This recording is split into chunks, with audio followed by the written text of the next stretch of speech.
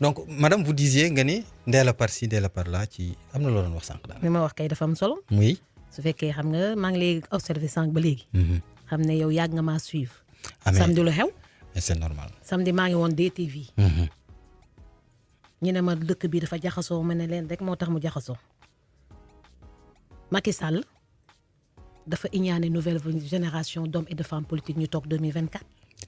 ok Nul ne peut faire plus de 2 mandats de 5 ans consécutifs. Ou nul ne peut faire plus de 2 mandats consécutifs, quelle que soit la durée du mandat. ñaari daal moom. foofu laa féetewoo. quelle que soit la durée du mandat 2016. loolu la ñu wax ak nu mu mën a toll. préciser wu ñu ko dugal ñu ko si biir.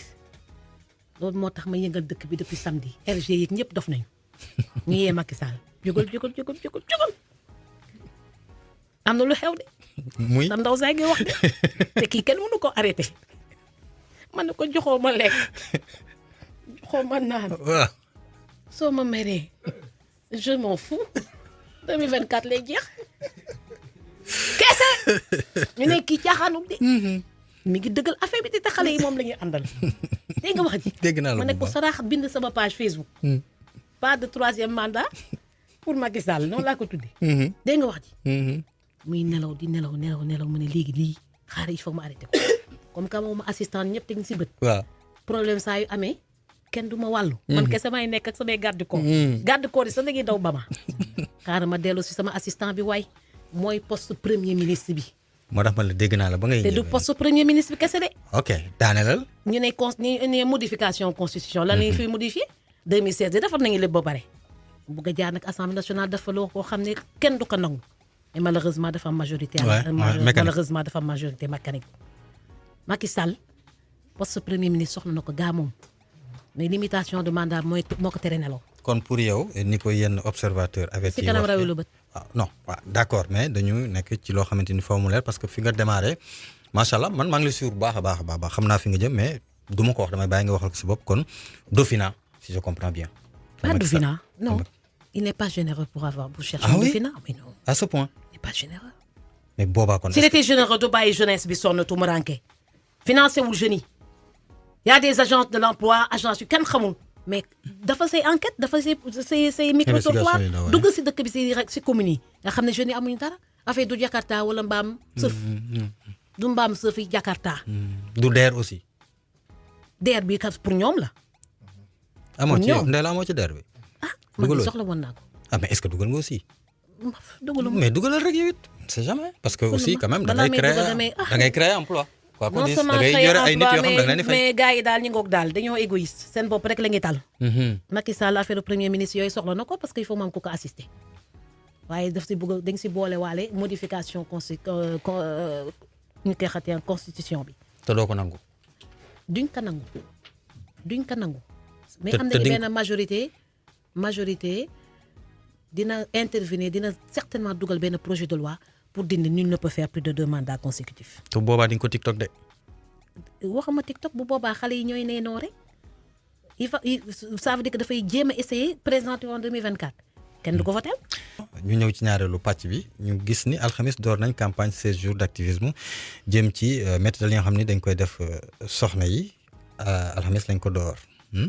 leen liñ ci mën a jàpp AGS ñoom ñoo ñu ko génneel nee ñu 2021 janvier lépp ñaari junni ak juróom-ñaari cas yoo xamante ni nemmeeku nañ ko kalaame nañ leen ko ci seen juróom-ñetti boutique de droit jëm ci wàllu yakataan bi nag ñoom nee ñu te ñaar téeméer ak fukk ak ñaari cas yoo xamante ni fukk viol ay bés bu nekk Ndella. c'est trop 10 viols par jour c'est trop. par semaine c'est trop te loolu mooy yi feeñ quoi. waaw mooy li feeñ parce que mooy ñi ñëw. ñu làkkoon lu moo ëpp. léegi door nañ seen 16 fukk fan ak juróom-benn yooyu nga xamante ni dañuy wax ci wàllu métital ak ñoom seen yow noo jàngalee loolu at ba at ñu ñëw def benn 10 jours. sensibilisation un problème d'éducation sexuelle au Sénégal. oui. dañuy am kersa wax sexualité. mais yow da nga koy wax macha allah. waaw. dañu am kersa wax sexualité ba ku ñu violé nga rus a dem sa wax ka dañ la violé. tabu la. voilà maintenant su fekkee dañ la violé nga rus a dem constaté que dañ la violé doo mën a porter plainte. dem seeti médecin diis na la dem boobu su la diisee dem police da lay gën a diis moo tax lii nekk si kër yi moo ëpp viol yi nekk si kër yi te li waxuñu nëbbu ko déclaré moo li ëpp nëbbu moo ëpp inceste yi surtout c'est comme c'est la partie visible de l'iceberg on dit viol par semaine c'est une partie visible donc il faut qu'on sensibilise les femmes te leen sensibiliser ne leen soo leen amatee problème si bees bi léegi la soxla et pourtant yow ma la daan suivre depuis santé yàgg na boo ko daan maanaam boo ci daan teg sa loxo dañ daan wax naan ndaw si dafa ñàkk kersaak dafa ñàkk teggi nag nangam sangam est-ce que donc du loolu sax moo gën a tax ba mbir yi gën a takarnaase ndax da nga doon wax muy leer maanaam bu dee A la nga ne A. bu dee B nga ne B ñaan wooyu xam nga Sénégal nangam sangam est-ce que loolu bokkul ci li nga xamante ni moo gën a aggraver la situation. comment. xam nga boo daan wax. maanaam cëru jigéen yow da ngay jaar ci digg bi. boo ko daan wax waaw voilà xam nga gars yi je veux dire. da nga daan wax clairement. nit ñi dañ daan dal sa kaw. léegi keneen ku koy wax du ko waxee ni nga koy waxee da koy waxee ndànk nëppal. dama ne est-ce que du loolu. nëppal bi moo tax. merci foofu la nëppal bi moo tax nëppal bi moo tax les femmes ne sont pas libérées ne sont pas à l'aise quand elles souffrent en silence dañuy souffrir en silence. ku sàkku si yow te d'accordul si da nga koy war a toroxal soo ko buggulee toroxal noppil ba faw. noppi ba faw waral it beneen info boo xamante ni sax fis na lool ba biti réew ñu ngi koy wax boo duggee ci réseaux sociaux yi kenn bàyyiwu ko mu di Miss Sénégal 2020 cool yi bu nga ko déggee nan la def ndee la. innocence am moo gën a daw sama yaram soo waxee rek nga xam ne elle est innocente parce que soo demee ba ñu ëmbal la te xamuloo ku la ëmbal vraiment il faut être innocente pour ça dañ ko jekku quoi. dañ ko jekku après bu mu yeewoo. Il fallait qu'elle constate ça médicalement elle l'a pas fait donc muy dem ba ñuy xalaatee fibrome parce que doom ji suy màgg day mel ni orange ci biir yaram bi li yéeg nànk balaa muy bouger. du noonu. mu dem ba muñ na ko muñ ba xale bi juddu kenn yëgu ba 5 mois kenn yëgu waaw li ñuy nëbbate muy feeñ su demee ba génn bu commencé màgg di wax. léegi mu wax di xale bi. dëgg la qui est mon père phrase boobu léegi mu génn. Donc elle a choisi 5 mois après l'accouchement jël parole. après déballage yi bari ku ci nekk di wax ki ci nekk di wax. pendant ce temps ñu gis ni Miss Sénégal yàgg na ñi mel ni yow ak ñi mel ni yow fan lañ nekkoon ndax xamoon ngeen ni vous étiez des personnes averties aguerries xamoon ngeen ni lii tôt ou tard dafay ñëw période boobu yéen naka ngeen doxalee ba mbir yi egsi fii waxuma vous êtes coupable ou responsable j'ai pas dit ça. mais vous étiez des personnes yoo xamante ni vous êtes responsable xam ngeen vous êtes averti est-ce que doxoon ngeen ci loo xamante ni pour wax pour ñu moytu même bu dee laalu leen sax mbir mi mais ngeen wax ak ñi def Miss ak ñoomin seen xale yu jigéen ñi nga xamante ni comme ni nga ko waxee dañu innocente entre guillemets ñu baal ma ci kàddu gi travers bu leen moytu leen est-ce que daan ngeen ko def. daaw de bu may yëkkatee kàddu parce que man Ndella Madior Diouf ma représenté toutes les femmes yi nga xam ne dañuy am doom boo xam ne. seen papa dafa daw xam nga yaa daw ak refus de paternité. après di nga ma ko leer la. daw ba ñuy ami tànk. Ndella waxal ma si lii waay Ndella non waxal ma si lii quoi. mu ne may ma jàmm daw na am ñoo xam dañu ne carrément du man. ñuy daw am ñoo ne du man. mooy live quel que soit alpha rek. mooy live chaque semaine yi nga doon daw def nañu rek waaw. comprendre. waay léegi ba ma ko defee ndeysaan wala jigéen ñi jàppale ma. dafa am jigéen yoo xam ne dañ ma xeex te ñooñu dama leen séen si xeexu tii bi. Miss. Ndella. ñi ma doon xeex ñëpp dégg ko ñëpp xam gis ko. Ndella féministe yi nag ngay attaqué dem leen seen. féministe yi ngay attaqué ñoom ngay attaqué kay. Ndella Madior Diouf te maa ne gën a nekk féministe gën leen nekk jigéen. ndax da nga ni ña la doon xarab booba ñoom nga gis ci xeex bi te xeex bi ñenn kese lañ ci gis. féministes yi ay mamiko nangam sangamoo ay warxaawoo ay jàlliwoo ay ñoo ci gën a siiw laa wax quoi ñi nekk au devant ay urayoo ñooñu ñoo gën a nekk au devant yow ñooñu ngay xarab yow ñooñu ngay. man de maay seen yaay. ñooñu ngay kii dirantal mag. naan booba ñooñu nangam sanga ma ne waaw. demoo jàppal leen ci xeex bi nga naan leen ay xaw ma nangam xanaa yow ma ne ñi nga tudd. waaw maa leen mën. mën ci xel gën leen jàng gën leen ni nga xamante gën leen dàq leen jàng. gën leen a pànk aussi gën leen pànk. gën leen rafet. ñooñu pànk na dégg nga wax ji gën leen rafet ëppaleen caac te duma seen morom dégg nga wax ji Ndella Madior du seen morom Ndella Madior bi nga ne joxoo ma lekk joxoo ma naan soo ma meree je m'en fous. d'accord laa xewal tax d'accord daaw daaw. waaw certes ba ngay def mbir moomee waaw daaw. ñooñu si ma mere je m'en fous. daaw non mere bi nag laa bëggul. dégg nga wax ji. mere bi nag laa bëggul xam nga lu tax ndax fi mu ne nii dañ nekk ci dafa am lu fi ne. dafa am benn jàngoro bu fi nekk. te defe naa mooy li fi am jakkataan bi. bari na ndax Miss Sénégal yaa ma bañ a daan yaa bañ ma daaneel di. daaneel. ñooñu dañ ma doon xeex. waaw di ma kokkali.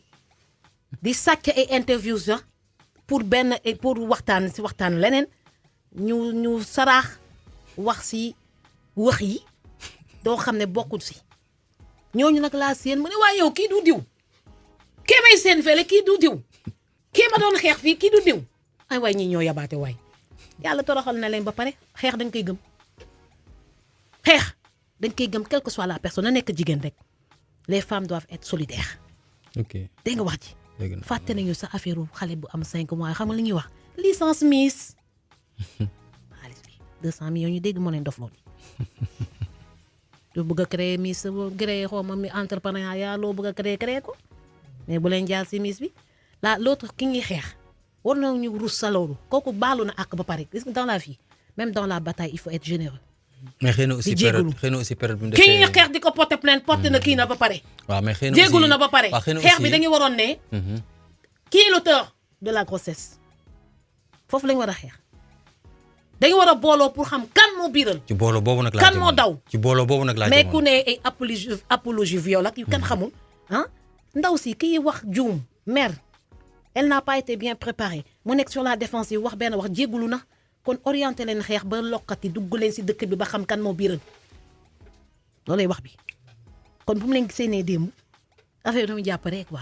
mais nag war nga leen a attaque jigéen ñi attaqué jigéen il faut arrêter xeex bi du foofu.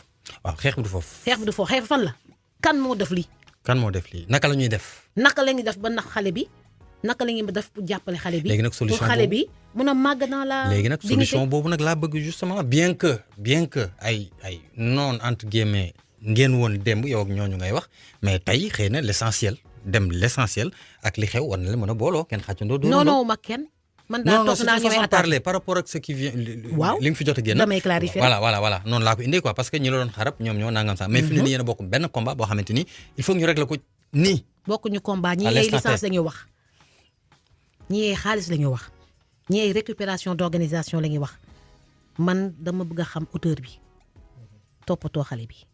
plus jamais ça. mais benn loxo du tàccu aussi. jëm leen waxtaan rek ba jubóo. seet ban mooy priorité bi aussi parce que aussi bu ngeen demee en ordre dispersé. xam nga jigéenu Sénégal loolu moo ñu yàq du dem mais même la politique aussi c'est comme ça. te dañu war a solidaire mais en ordre dispersé dans aussi la douleur il faut être solidaire. d'accord mais en ordre dispersé aussi dara du sotti. j'imagine dara du sotti donc yow wax nga ko léegi yaay seen bon am na ñoo xamante ni mat nga leen waaye juru jigéen am ñoo xam ne ay mag ngeen si ñoom institut yaa leen mag comme la ñuy wax toujours naan ak lu mën a am aussi mag mooy fekk ji est-ce que jotul nag ci Ndella politique naam sax amoo jot ndax élection yi quand même ñooñu nga am nooy def wala boog ay nit dox ba nga bokk ak ñoom toogandoo ndax defe naa boo jiitoo. tôt ou tard ñëppay ñëw. Sénégalais yaakamti nañ ko de ndax li nga wax ñu réglé ko ndax li nga ñu seet patati kan la. ak it nag naka la ñuy def nag quand même ak naka la ñuy def aussi nag ba mbiri Miss nag moom xaw na parce que depuis lors nag wax ji dafa bari. man il y a pas que les Miss c'est partout. waaw. c'est partout ci dans tous les secteurs. viol dinaa si ñëw ci beneen fànn parce que dañuy wax rek Miss jigéen mais góor ñi aussi dañ leen violé buñ ko fàttee. je défends pas góor ñi quoi. góor yi ñu violé. même bu bariwul am na vraiment c'est des cas rares. d'accord yow boo ko waxee ok. mais am na. parce que fii gis nañ fii du chaque jour nga dégg yàlla boo ko gis yàlla bu ko kenn gis yàlla bu ko kenn fekkee mais am na fait divers presque ci journaux yi doo toog journée bu ñu la waxoon ni la am na xale bu góor bu ñu bett xale bu góor bu mag ci kawam waaw te buñ ko laajee danaan woy daf ma ko daan def bi mooy ñetteel bi yoon damaa sonn da nga koy dégg xëy na day fekk xale bu nekk xale bu góor mu ndaw waaw da nga koy dégg donc cas de viol ni mu amee ci jigéen fa la ëppee nag noonu la amee ci góor n'est-ce pas léegi ñu ñëw ci viol bi ba léegi dañ ci des ndax Sénégal waxoon nañ fi ay loi viol ak ñoom seen de waxoon nañ ko fi mais dafa mel ni bañ ko waxee ba léegi sax ngaa yi dañu gën a raakaaju waaw parce que parfois di dem jusqu'au bout rek si xeex bi maanaam justice bi du dem jusqu'au bout rek wala jigéen bi à la dernière minute mu subit une pression telle que mu retirer sa plainte yooyu day am toujours est-il que cas de viol yi ba léegi un peu partout dans le monde ba léegi demagul disparaître les hommes n'ont pas peur de violer. et vous en tant que nit boo xamante ni dafa yëngu ci wàllu xel aussi ci say émissions yi may suivre ak yooyu lu koy waral souvent. il faut que jigéen ñi def attention di sàmm seen bopp di muur seen i cër di éviter beaucoup de choses yenn pièges yi tamit nga koy éviter parce que les hommes sont devenus trop agressifs et puis am na loo xam ne rusutuñ ko quoi donc là il faut faire beaucoup d'attention éduquer nos filles nos enfants pour ñu éviter les pièges et puis voilà quoi. Voilà, il y a tout un tas de mesures à prendre pour faire en sorte que jigéen ñi la femme naturellement elle est provocante naturellement. Voilà donc nga def ndànk daal. nga def attention. def attention ci kaawu viol yi dañ ci des ndaxte bii amoon na fi waaye am na boo xam ne dinaa ci ñëwaat tuuti muy mbiru Adji Sarr bi mu amee aussi kaaw supposé viol boobu bi mu amee aussi amoon nga ci loo ci wax de. dama ne woon sama doom la. ñëpp say doom lañ xaar ne waaw ñoom ñëpp samay doom même ñi nga doon ŋaañ entre guillemets sax ñëpp say doom maa ngi bëgg a màggat de. 54 ans non mais non fii kay 30 laa lay jox moom. macha allah 54 ans de moom. non 30 lañ lay jox nag macha allah mag moom. macha allah 30 lañ lay jox fi mu ne nii ñu jàpp ni 30 di rek ñaan yàlla nag dem ba ay 100 et quelque. macha allah loolu lañ lay ñaanal mu gudd fan ak dëgg. lekk bu baax rek nelaw bu doy. macha allah Adji Sarr. nekk si man. Adji Sarr. da nga bëgg ma wax la si Adji Sarr. non da nga ni dama la xewoon na fi moom aussi. ñu déggoon fi Ndella am lu mu wax nga ni yow da nga waxoon loolu rek loolu rek s'il y a un enfant ça deviendra beaucoup plus intéressant. Le cas de yow loolu rek je sais bi pare nañ ci boobu. moi j'ai toujours dit que c'est une histoire d'amour qui a mal tourné c'est tout. bu Adji Sarr oui loolu laa mos a wax. je l'ai dit à Walfadjri je l'ai dit un peu partout. Sonko rek moo nekk woon guerrier rek affaire yi su amee da ngay nekk yi dem ko daf ma domoon rek te voilà mu yàkkamte rek jeex na Sonko du guerrier. je serai à sa place et m'écoute c'est ma copine am naa droit am 3-4 femmes daa yàkkamti maintenant on va régler ça entre nous fay wax bi mais nekk fii di wax ay sama ndigal day may teg sama vertèbre bi beeg sama yaay dafa doon jël deret comme nag diw jaan di ma ko diw. xam nga kooku mënul nekk président en tout cas gis naa ni ñeme nga waa Pastef non ñeme nga waa Pastef. da tax nu lay ñeme parce que sooy nit suy wax li raconter lu ko neex da nga koy xam. du guerrier coofee na nii waaye du guerrier mais da dara desutu si yaram bi de gis nga baat bi lépp a dam fit bi yëpp a dam waaye làmmiñ bi moom. nii ratatatatat dégg naa El Hadj Diouf di ko saboté ma wax dëgg Sonko desetul daal. jeex na tax aywa ba léegi rek xanaa xaw ma day yendu di réunion rek te du lekk xaw ma nan. jeex na tax. ba léegi rek dañ koy yafa di ko jox ruy ak fondé. aywa ba léegi rek seen émission di maase yaram ak tuliku na. waaw dose kii yom boobu. kii yom boobu nañ koy jox tuliku na mu koy maase jeex na. te muy lekk. waaw xam nga xale yi ñu ngi ko toppoon mu nekkoon jantal moo tax mais dara nekkatu fa ji. ok xam nga ci sa sànq bi ñuy wax ba léegi damay gis ni sànq sax nee nga Babacar Diagne jëf asbin mais xam naa ne bu ngeen toogoon doo ko wax. asbin parce que bëgg nga beneen fréquence te boo waxee asbin du la ko jox. voilà moom du moom mooy joxe fréquence. waaw non mais moom moo nekk ci waaw moom moo nekk ci contenu bi rek la moom. voilà donc voilà sànq da nga koy wax mel ni waxuma da nga soofantal média classique yi ñu ngi fi mais réseaux sociaux yi moom bëgg nga ko lool. moo tax yaa ngi ciy dégg lu ne. loolu nga ciy dégg nu mu lay def. dama ko dul liir di dégg naa. yow nga ciy dégg bay foyoon te nga naan doo ko liir yaa koy liir ak jàmm. non ba nii dama liir commentaire. d'accord li ne fal nga nag mais gars yi nañ koy jottali. justement da ngay jékki-jékki ne waa dégg nga lu la kii wax nga dem seeti. ma ñëw xool. waaw su ma xoolee bon parfois je dama accorde importance. ça fait ma porter plainte. non yaa ngi accorde importance ndaxte yaa ngi tontonte. yaa ngi tontonte non yaa ngi si tu ma tudd na tur nag mais yaa ngi tontonte. biir réseaux sociaux si. Ndella si. benn vidéo rek laa def. ne maa ngi porter plainte pour yëglu. bu ko xeeb. benn vidéo rek laa def loo ci wax xanaa loo ci wax. damay porter plainte. kan. du mérité wul mu tudd tur bi. ok donc lu tax nga koy porter plainte. ndax saaga yu métti. amul yar. kan mooy gis Ndella Madior di ko saaga. phénomène boobu nag dafa récurrent ci biir réseaux sociaux yi. dégloo ba pare yow nga ni parce qu'il est payé pour ça. am ñu koy ruux. saagal Ndella Madior dafa ne candidate la dañ koy saaga dañ koy fay mu saaga. day am xaalis fii en amont et en aval. ci vie yeeg ci lañ koy jox mais TikTok mais écoute il a découvert tout simplement que soo attaqué Ndella Madior vie day tëb mu def ko business léegi business na si moom. yow it nga fayu def business. non si ah. bi nga répliqué yow it vous avez eu beaucoup de vues. xam nga il faut nga def communication. ouais. waaw parce que nit ki su la li ma fi ma jaar ak Françoise Hélène Guèye rek laa jaar ak moom. François sañ nga ko xam nga maa ko tudd fii yow génne sañ maa nga ko génne maa ko loolu génne ngay wax Sénégal rek génnoo ko moom moo bëggoon dem rek nag soxna Deme. ma ne dama cybercriminalité nga laajte. moom moo bëggoon dem rek. va faire gis naa ton la ci plateau interview. yi foo kii naan oui François man maa ko génne Ndakaaru maa ko génne mais maa ko génne Ndakaaru. non vacances sama jeexoon mu ñibbi rek. mukk si àddina abandonné comme ça.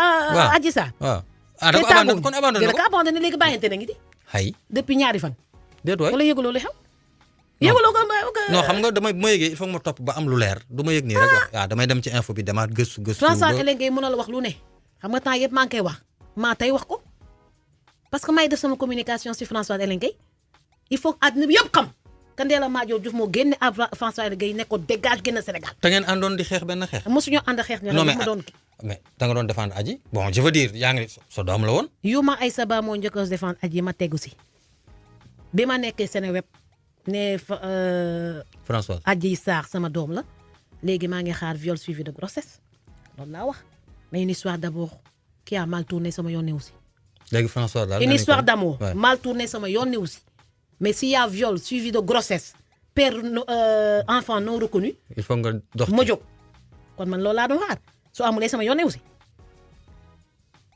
ñu coucher ensemble ñàkk coucher ensemble c'est pas mon problème mais Adji Sarr am doom. ñu bañ a reconnaître doomam. moo lay tere boobu ma taxaw nga jógati. waaw. boobu ma taxaw. boobu gisuguma ko. mais François daal jàpp léegi nag keles fa la créé CODAS am. dafa créé. fa la créé CODAS. ok comité nangam. comité xaw ma la pour la défense de Adji Sarr. léegi nag kon comité xaw ma la pour la défense de Sarr mais pour l'abandon de Adji Sarr. léegi loolu la créé. ah oui. waaw pour l'abandon de Adji Sarr léegi bëggatul xeex mi ngi xeex Adji Sarr dégg nga wax ji. xaw ma CODAS ni nga ko def. waaw DAS. léegi COD à la place de D il faut mettre la A. COA. COAS. à la place de CODAS léegi COAS la. COAS dañ la créé léegi fu mu ne nii. mais nag waxtaan bi dafa abandonné léegi nag kooku. kooku tuddal turam rek tuddal turam. François Hélène Gueye ba ma saaga. voilà. ma porté plainte cybercriminalité ñu convoqué ko woo ko jox ko. dossier bi dem na ba tribunal. ambassade États-Unis woo nañ ma pour enquête ma man. ok dégg nga wax ji. dégg naa la. fi ma jaar ak kii laay jaar fële. cybercriminalité sénégalaise cybercriminalité allemande fu mu munti làqatu si àddina bi naa local ba pare. ok je prends mon billet je pars. mbéjum kanam borom ak uniquement pour lijjanti ko. ah bah écoute way yow gis nga kii la muy def nit ki. ouais mais bon bref. ça pour rendre service aux Sénégalais. je prends mon avion mon billet je débarque en Allemagne et je lui fais la fête après local yi la talaguma ko. après boo jëlee mairie Fimela. mairie Fimela dugg naa fa ba pare di xanaa yoo xamuloo règlement intérieur affaire yi. je suis tête de liste conseil proportionnel. d'accord en bas les jaloux. non man moom ñeneen yu mosuloo si am dara bii de dugg na. c'est bon bii daal c'est bon. Ndella waxtu wi ñu cërale woon waxtaan bi nag neex na macha allah mais waxtu wi ñu cërale woon moom jeex na kàddu yu mujj yi ci émission bi. kontaan trop seet si Vibe Radio qui est une équipe jeune émission bi neexoon na trop waaw neexoon na trop daa teel a jeex nag. waaw non mais xam nga souvent noonu la. daay Macky Sall daal moom 2024 rek lay jeex. pas de troisième mandat pour Macky Sall. d'accord foofu de la ñuy taxawi. aywa mu doon seen émission même su fekkee dafay changer constitution bi. ça ne passera pas xale yi duñ ko voter il va se faire humilier c'est tout. bi may def émission bi it am na say duñ koy faral di sax am na ñoo xamante ni nee nañ say soppe lañ lan nga leen wax. ñu ni dama ko bëgg dama ko nangam dégg ci man maa ko. ñi ma bëgg moo ëpp ñi ma bañ. ñi ma bañ dañuy jaloux rek. waaw ñooñu lan ban message nga leen jox ñi nga xam ne jaloux wuñ ñi la bëgg. ñi ma bëgg. maa leen gën a bëgg. ñooy ñoo ma jox lekk nag di ma jox ma naan kon ñoo ànd rek di cakkas ba ne farax. Fimela ca mairie ba.